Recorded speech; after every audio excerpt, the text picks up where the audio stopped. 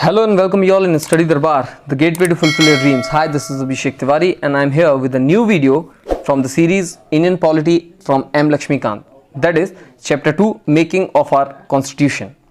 हमने Chapter 1 की कहानी पूरी पढ़ ली थी. लास्ट वीडियो में मैंने आपको बताया था अबाउट द क्राउन रूल जो हमारा 1958 के एक्ट से स्टार्ट हुआ था और इंडियन इंडिपेंडेंस एक्ट 1947 तक हम ले गए थे और हमने देख लिया था कि हमारा देश आज़ाद हो चुका था, मीन्स डोमिनियन स्टेटस मिल गया था. उसके बाद हमारे देश में कॉन्स्टिट्यूएंट असेंबली भी बन चुकी थी. ये आगे बढ़ाने से पहले अगर आपने अभी तक इस चैनल को सब्सक्राइब नहीं किया तो do subscribe this channel and ask your friends, ask your colleagues to join it. जितना ज़्यादा शेयर करोगे उतना ज़्यादा मुझे मोटिवेशन मिलेगा, जितना ज़्यादा मुझे मोटिवेशन मिलेगा उतने अच्छे से और उतने ज़्यादा मैं वीडियो और उतने ज़्यादा सब्जेक्ट्स में कवर करूँगा आप सबके सामने. तो please do take it seriously. अपने दोस्तों में जितना ज़्यादा भेज सको उतना ज़्यादा भेजो. गेटिंग? चलिए तो स्टार्ट करते हैं. Demand for constituent assembly. सबसे पहले इट वॉज इन 1934 में सबसे पहले that the idea of constituent assembly for India was put forward for the first time by M N Roy साहब ने सबसे पहले 1934 में कहा था कि हमारे देश में एक कॉन्स्टिट्यूएंट असेंबली होना चाहिए. A pioneer of communist movement in India. Getting? In 1935 आप सबको पता है the Indian National Congress INC for the first time officially demanded a constituent assembly to frame the constitution. Officially 1935 में INC ने कहा था कि हमारे यहाँ constituent assembly बननी चाहिए जो हमारे देश का constitution पास करेगा. The government was finally accepted in principle by the British government in what is known as August Offer of 1940. In 1942, Sir Stafford Crisp, a member of cabinet, came to India. Bharat में आए, August Offer आया 1940 का, बहुत ज़्यादा famous है. इसमें finally British government ने हमारी बातों को माना. इसके बाद 1942 में सर स्टुअर्ट क्रिस्प साहब आए जो cabinet, he was a member of cabinet, जो भारत में आए थे. 2 सेपरेट कॉन्स्टिट्यूएंट असेंबलीज, 2 अलग अलग कॉन्स्टिट्यूएंट असेंबली बनाई गई. कहाँ कहाँ? A cabinet mission was sent to India. Cabinet mission Bharat में आया. While it rejected the idea of 2 constituent assembly. भाई ने साफ मना कर दिया. It put forth a scheme of the constituent assembly which more और less satisfied the Muslim League. Getting? दो आ गए थे. एक नेहरू जी ले आए थे, एक भाई साहब जिन्ना साहब ले आए थे. उन्होंने बोला भैया देना हो तो एक दो कहाँ से दे दो, एक देश में 2 लॉ थोड़ी ना चलेंगे, अलग अलग कैसे होगा, पॉसिबल ही नहीं है. Then the constituent assembly was constituted in November 1946. मतलब जब भारत और पाकिस्तान स्प्लिट हो गए, 2 अलग अलग पार्ट में बन चुके थे, हमने मान लिया था कि 2 अलग अलग हो जाएंगे. पहले से ही लॉ बन गया था 1947 का जो एक्ट आया था उसके थ्रू. तो जैसे ही 1946 में जो हमारे यहाँ की कॉन्स्टिट्यूएंट असेंबली बनी, जो कि 9 दिसंबर 1946 पहली मीटिंग भी हुई थी, उसमें कॉन्स्टिट्यूएंट असेंबली बनी थी under the scheme formulated by the cabinet mission plan. The feature of the scheme were, अब इसके फीचर्स क्या थे वो देखते हैं. The total strength of the Constituent Assembly was 389. Of these 296 seats were to be allotted to the British India and 93 seats to the provincial states. याद रखना. Each province and princely states or group of states in case of small states की यार बात करें, were to be allotted seats in propagation of their respective population. Roughly 1 seat was to be allotted for every million population. Her million population के लिए 1 seat को हम reserve किया था, याद रखना. Now, seats allotted to each British province were to be divided among 3 principal communities, that is Muslim, Sikh and general. इन 3 के लिए अलॉट की गई थी. The representative of each communities were to be elected by members of that community itself in the provincial legislative assembly and voting was to be by the method of proportional representation by means of single transferable vote. याद रखना. The representative of princely states were to be nominated by the heads of the princely states. उनके द्वारा nominate किया जाएगा किसको हमको भेजना है अपना एक मेंबर बना के. इलेक्शन ऑफ प्रोसेस देख लेते हैं. It is thus clear that constituent assembly was to be a partly elected and partly nominated body. Nominated आएंगे प्रिंसली स्टेट से, इलेक्टेड होंगे बाकी जगह से. The election to the constituent assembly, that is for 296 seats allotted to the British Indian province, were held in July-August 1946. The Indian National Congress won 208 seats. The Muslim League won the 73 seats, and the small groups and independent independents got the remaining 15 seats.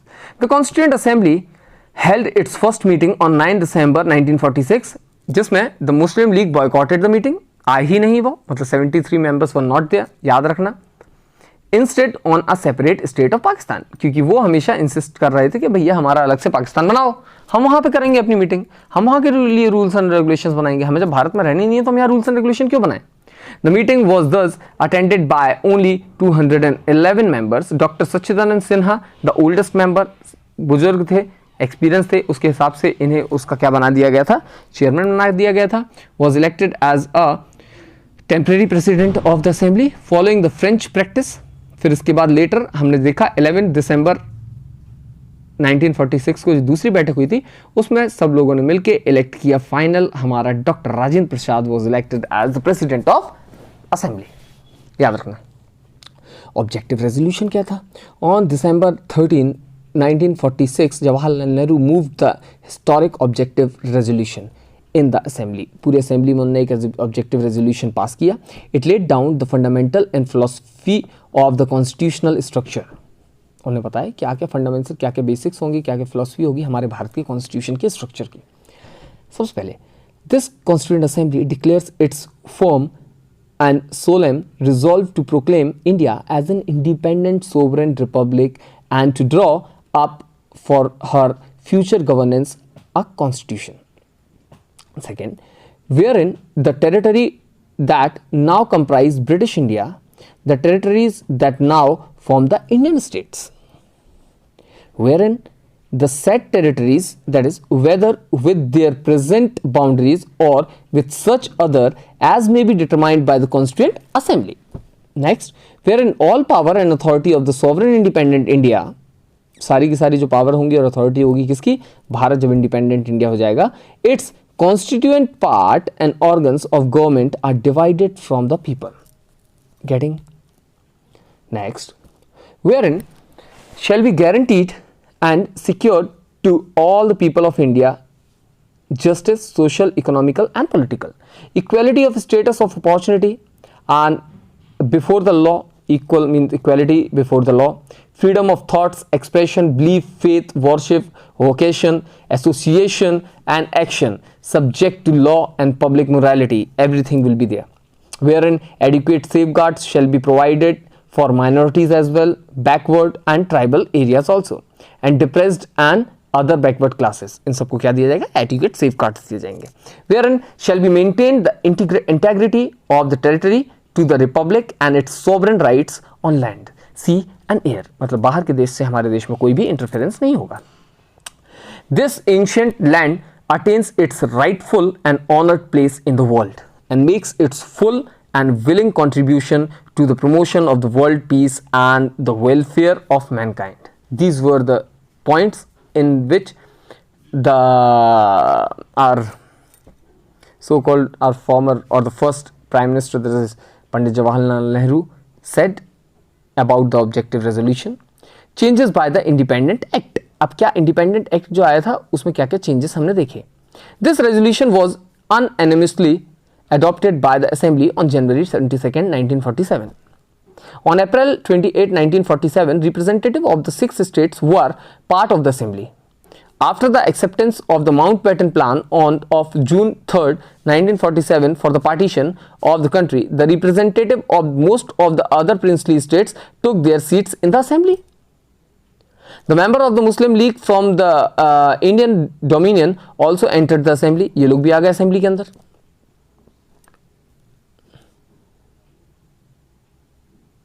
The Indian Independence Act of 1947 made the following 3 changes in the position of the assembly. पहला, the assembly was made a fully sovereign body. सबसे पहले तो किसी दूसरी body का, किसी दूसरे international body का इसमें इंटरफेरेंस नहीं होगा, कोई भी इसमें इंटरफेरेंस नहीं करेगा while making the constitution, which could frame any constitution it pleased. जो भी constitution बनाएगा खुद से. The act empowered the assembly to abrogate or alter any law made by the British Parliament in relation to India. कोई भी law British parliament ने भारत के लिए बनाया है उसको हम चेंज कर सकते हैं. हाँ, मतलब हमारी assembly. The assembly also became a legislative body. भाई यही असेंबली को हमने लेजिस्लेटिव बॉडी बना लिया. लेजिस्लेटिव बॉडी मतलब the one who makes the law. The assembly met as the constituent body It was chaired by Dr. Rajendra Prasad, and when it met as the legislative body, it was chaired by G.V. Mavlankar. जब उसको legislative body के जैसे act कराते थे तो जीवी मावलंकर साहब उसके चेयर करते थे, जब उसको कॉन्स्टिट्यूशनल बॉडी जो कॉन्स्टिट्यूशन बना रही है तो डॉक्टर राजेंद्र प्रसाद थे. The Muslim league members hailing from the seven included in the Pakistan withdraw from the Constituent Assembly for India. Consequently, the total strength of the assembly came down to 299 as against 389 originally fixed in 1946 under the cabinet mission plan. Getting 299 member हो गए हमारे assembly में, क्योंकि बाकी के member हट गए जो मुस्लिम लीग से बिलोंग करते थे. It ratified the India's membership of the Commonwealth in May 1949. हम मेंबर बन गए कॉमनवेल्थ के. It adopted the national flag on 22 जुलाई 1947. हमारा झंडा फाइनली अडॉप्ट हुआ, ट्राई कलर फ्लैग जो आज हम देखते हैं. It adopted the national anthem on January 24 1915. 1950 जनवरी जब हमारा कॉन्स्टिट्यूशन पास हुआ था, इनेक्ट हुआ था, उसके 2 दिन पहले. It adopted the national song on January 1924 1950. आपको पता होगा नेशनल एंथम जन गण मन and national song Vande Mataram. It elected Dr. Rajendra Prasad as the first president of India on January 1924 1950. पहले प्रेसिडेंट घोषित कर दिए थे डॉक्टर राजेंद्र प्रसाद विदाउट इलेक्शन, याद रखना. In all, the Constituent Assembly had 11 sessions over 2 years. 2 साल में 11 सेशन हुए थे. ओवर 2 years बेसिकली 2 साल 11 महीने 18 दिन लगे थे हमारे कॉन्स्टिट्यूशन को बनाने में, जिसमें 11 सेशंस हुए थे. The constitution maker had gone through the constitutions of over 60 countries. हमने 60 कंट्री के कम से कम क्या पढ़े थे, कॉन्स्टिट्यूशन पढ़े थे. उसके बाद हमने अपना कॉन्स्टिट्यूशन ड्राफ्ट किया है. गेटिंग टोटल कितने 114 डेज लगे थे पढ़ने में. The total expenditure incurred on making the constitution amount to 64 lakh. Important है, याद रखना. On January 24, 1950, the Constituent Assembly held its final session. It, however, did not end and continued as the Provincial Parliament of India from January 26, 1950 till the formation of new parliament after the first general election जो कि हुए थे 1951 से 52 में. याद रखना ये, ठीक है. नाउ कुछ इंपॉर्टेंट कमिटीज़ हैं, वो इंपॉर्टेंट कमिटीज़ के बारे में बात कर लेते हैं जो कॉन्स्टिट्यूएंट असेंबली की थी.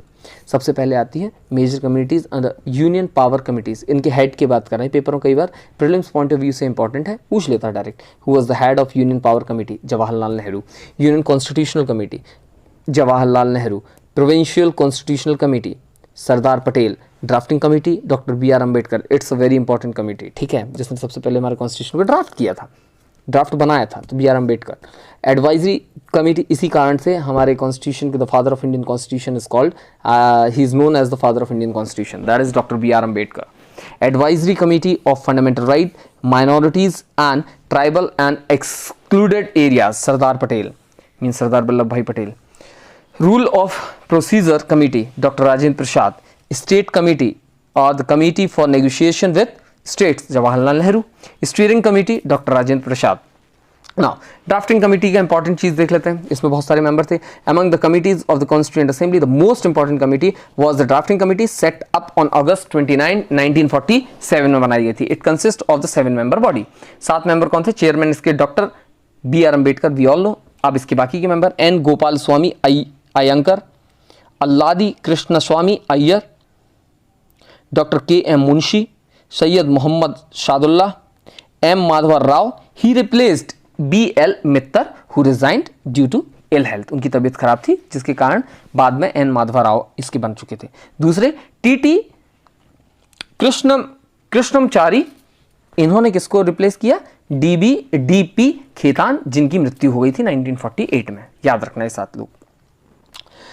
The drafting committee, after taking into consideration that the proposals of the various committees, prepared the first draft of the Constitution of India, which was published in February 1948. That's why it is important. The people of India were given 8 months to discuss the draft. जो भारत के लोग थे उनको discuss करने के लिए draft दिया गया. कितने महीने? 8 महीने. एंड प्रपोज अमेंडमेंट, और कुछ अमेंडमेंट चाहते हैं तो बताएं. In the light of the public comments, criticism and suggestions, the drafting committee prepared a second draft which was published on October 1948. जो changes लोग चाहते थे, कमेंट किए, क्रिटिसाइज किए, सजेशंस लिए, उसके बाद फाइनली अक्टूबर 1948 में इन्होंने दूसरा ड्राफ्ट भी पब्लिश किया. The drafting committee took less than 6 months to prepare its draft. It's an important thing. All it set only for 141 days. Getting enactment of the Constitution. It is important. Dr. B.R. Ambedkar introduced the final draft of the Constitution in the Assembly on 4th of November 1948. That is on first reading. The Assembly had a general discussion on it for 5 days till November 9, 1948. The second reading, जो दूसरी reading हुई वो कब हुई बेटा, तो याद रखना, the second reading clause by clause consideration. ये सारी जो रीडिंग्स हुई हैं, सारी चीज़ें हुई हैं, ये पूरी की पूरी हियरिंग्स, सारी की सारी बातें रिकॉर्डेड हैं और हमारे म्यूजियम में अभी भी रखी हैं, आपको ये पता होना चाहिए. Getting the second reading, that is clause by clause consideration, started on November 15, 1948 and ended on October 17, 1949. Approximately कितने दिन चलाए, 1 साल कम से कम, मिनिमम, मतलब 9 months approximately, 11th month approximately. During this stage, as many as 7653 amendments were proposed and 2473 were actually discussed in the assembly. The third reading of the draft started on November 14, 1949. Dr. B.R. Ambedkar moved a motion, the Constitution as settled by the Assembly be passed. Finally, on motion, the motion on draft Constitution was declared as passed on November 26, 1949. मतलब अगर आपसे कोई पूछता है आपका Constitution कब बन गया था, तो 26 of November 1949 को हमारा Constitution बन चुका था and received the signature of the members and the president. Out of the total 299 members of the assembly, only 284 were actually present on that day and signed the constitution. याद रखना, 284 लोगों ने sign किया इस constitution को. The constitution as adopted on November 26, 1949 contained a preamble, 395 articles and 8 schedules. The preamble was enacted after the entire constitution was already enacted. Dr. B.R. Ambedkar, the then law minister, piloted the draft constitution in the assembly. Getting on January 26 was specifically chosen as the date of the commencement of the constitution because of its historical significance. आप सबको पता है भाई कि पूर्ण स्वराज के बारे में सबसे पहले पूर्ण स्वराज डे सेलिब्रेट करते थे 1930 से हम 26 जनवरी को. क्यों? क्योंकि लाहौर का सेशन 1929 का बहुत ज़्यादा इंपॉर्टेंट था, जिसमें सबसे पहले पंडित जवाहरलाल नेहरू जी ने कहा था अब हमें स्वराज नहीं, अब हमें पूर्ण स्वराज चाहिए. और अगले साल से ही, जस्ट उसके नेक्स्ट ईयर से ही 1930 से 26 जनवरी को हम सेलिब्रेट करते थे दैट डे एज अ पूर्ण स्वराज दिवस, that is total independence day. और हमें कॉन्स्टिट्यूशन जब मिला 26 नवंबर को, तो 2 महीने और सही, जब इतना 2 साल 11 महीने 18 दिन हमने बनाने में लगाए हैं, तो 2 महीने और सही, हम 2 महीने और दे देते हैं. And finally on that historic day we will going to pass our constitution, जो हमेशा के लिए यादगार रहेगी. तो हमने 26 जनवरी 1950 को फाइनली अपना कॉन्स्टिट्यूशन एनफोर्स किया, लागू किया. क्रिटिसिज्म, अगर इसकी क्रिटिसिज्म के बारे में बात करें तो अलग अलग लोगों की अलग अलग धारणाएं हैं. नॉट अ रिप्रेजेंटेटिव बॉडी, भाई जो कॉन्स्टिट्यूएंट असेंबली थी वो एक रिप्रेजेंटेटिव बॉडी नहीं थी. Not a sovereign body, time consuming था कॉन्स्टिट्यूशन को बनाना. डोमिनेटेड बाय कांग्रेस, इसमें जो मैक्सिमम मेंबर्स थे 208 वी हैव ऑलरेडी सीन, वो कहाँ से थे, सो कांग्रेस पार्टी को बिलोंग करते हैं. लॉयर पॉलिटिशियन डोमिनेटेड, यहाँ पे जो ज़्यादातर मेंबर्स थे वो लॉयर्स या तो पॉलिटिशियंस थे. डोमिनेटेड बाय हिंदूज, भाई ऑब्वियस सी बात है, लोग इसे हिंदू, जो कांग्रेस को हिंदू पार्टी बोलते ही थे तो कह दिया डोमिनेटेड बाय हिंदू. तो these all are the criticism. जहाँ भी कोई चीज़ होगी वहाँ पे अच्छी चीज़ें और बुरी चीज़ें जो दोनों होती हैं. अच्छी चीज़ें होंगी तो क्रिटिसिज्म भी होंगे. फैक्ट्स अगर की बात करें, elephant was adopted as a symbol seal of the constituent assembly. याद रखना. Sir B.N. Rao was appointed as the constitutional advisor, that is legal advisor to the Constituent Assembly. H.V.R. Iyengar was the secretary to the Constituent Assembly. S.N. Mukherjee was the chief draftsman of the Constitution in the Constituent Assembly. याद रखना. प्रेम बिहारी नारायण रायजादा, बहुत लंबा नाम है, was the calligrapher of the Indian constitution. भाई जिनने सारा लिखा है यार, इंपॉर्टेंट है। The original constitution was hand written by him in the following italic style. याद रखना जो हमारा कॉन्स्टिट्यूशन बना था वो इंग्लिश में लिखा गया था सबसे पहले। The original version was beautified and decorated by artists from Shanti Niketan including Nandlal Bose and Biohar Ram Manohar Sinha. Biohar Ram Manohar Sinha illuminated, beautified and ornamented the original preamble calligraphed by Prem Bihari Narayan Rayjada. याद रखना, याद रहने की ज़रूरत नहीं है, paper में नहीं पूछते हैं, लेकिन फिर भी हमें पता होना चाहिए। The calligraphy of the Hindi version of the original constitution was done by Vasant Krishna Vaidya and elegantly decorated and illuminated by Nandlal Bose. Hindi में इन्होंने किया। This is all about in this chapter. I hope आपको ये chapter भी clear हो गया होगा। अगर आपको कोई भी डाउट, कोई भी दिक्कत होती है, आप मुझे कमेंट के थ्रू पूछ सकते हो, या डायरेक्टली आप मुझे सोशल मीडिया में, सोशल प्लेटफॉर्म्स में, that is from Facebook, Instagram, कहीं भी आप मुझसे डायरेक्टली मैसेज करके क्वेश्चन पूछ सकते हैं। इसके बाद हमारा जो अगला वीडियो होगा वो हमारा third chapter of M Laxmikanth के ऊपर होगा। टिल देन आपको कोई भी दिक्कत समस्या हो आप मुझे डायरेक्टली पूछ सकते हैं। Till then take care, bye bye.